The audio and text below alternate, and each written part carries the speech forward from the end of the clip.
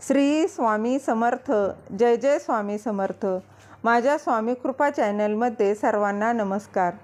लग्नानंतरची पहिली होळी असेल तर त्यांनी अशा प्रकारे साजरी करा. नवविवाहित जोडप्यांसाठी लग्नानंतरची प्रत्येक गोष्ट ही खूप खास असते. लग्नानंतरची ही तुमची पहिली होळी असेल तर तुम्हीही या सणासाठी खूप उत्सुक असाल. त्यामुळेच लग्नानंतरची तुमची पहिली होळी अविस्मरणीय करण्यासाठी तुम्ही या गोष्टी करू शकता. होळी हा रंगांचा तसेच प्रेमाचा सण आहे. प्रत्येकजण होळीची आतुरतेने वाट पाहत असतो.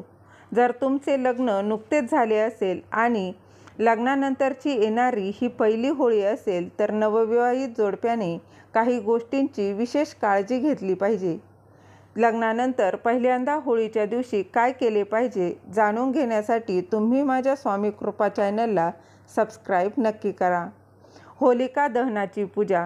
होलिका दहनाच्या दिवशी नवविवाहित जोडप्यांनी घरातील सर्व ज्येष्ठांचे आशीर्वाद घेऊन लक्ष्मीनारायणाची पूजा करावी.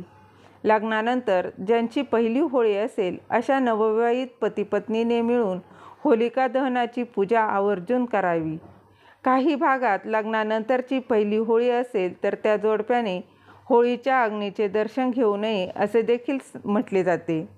यानंतर वैवाहिक जीवनात सुखशांतीसाठी होलिका दहनाच्या दिवशी सर्व देवी देवतांना आपल्या कुलदेवतेला काही गोष्टी अर्पण करायच्या आहेत आणि पती पत्नी एकमेकांना गुलाल लावतात आणि त्यांचे वैवाहिक जीवन शांततेत जावे यासाठी देवाकडे प्रार्थना करतात.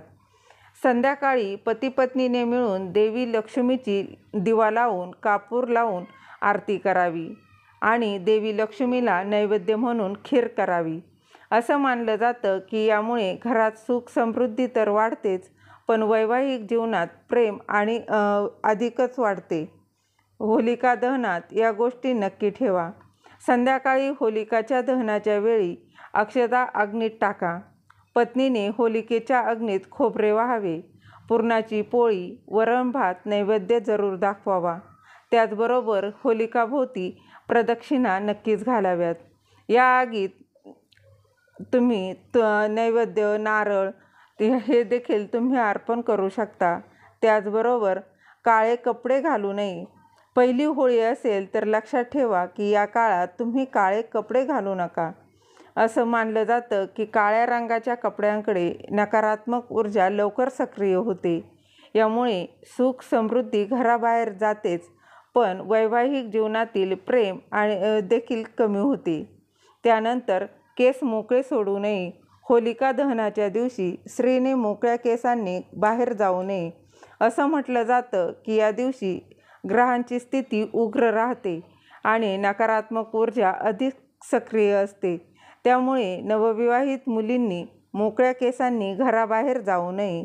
दिलेली माहिती तुम्हाला आवडली असेल तर लाईक करा, शेअर करा, सबस्क्राईब करायला विसरू नका. श्री स्वामी समर्थ. जय जय स्वामी समर्थ.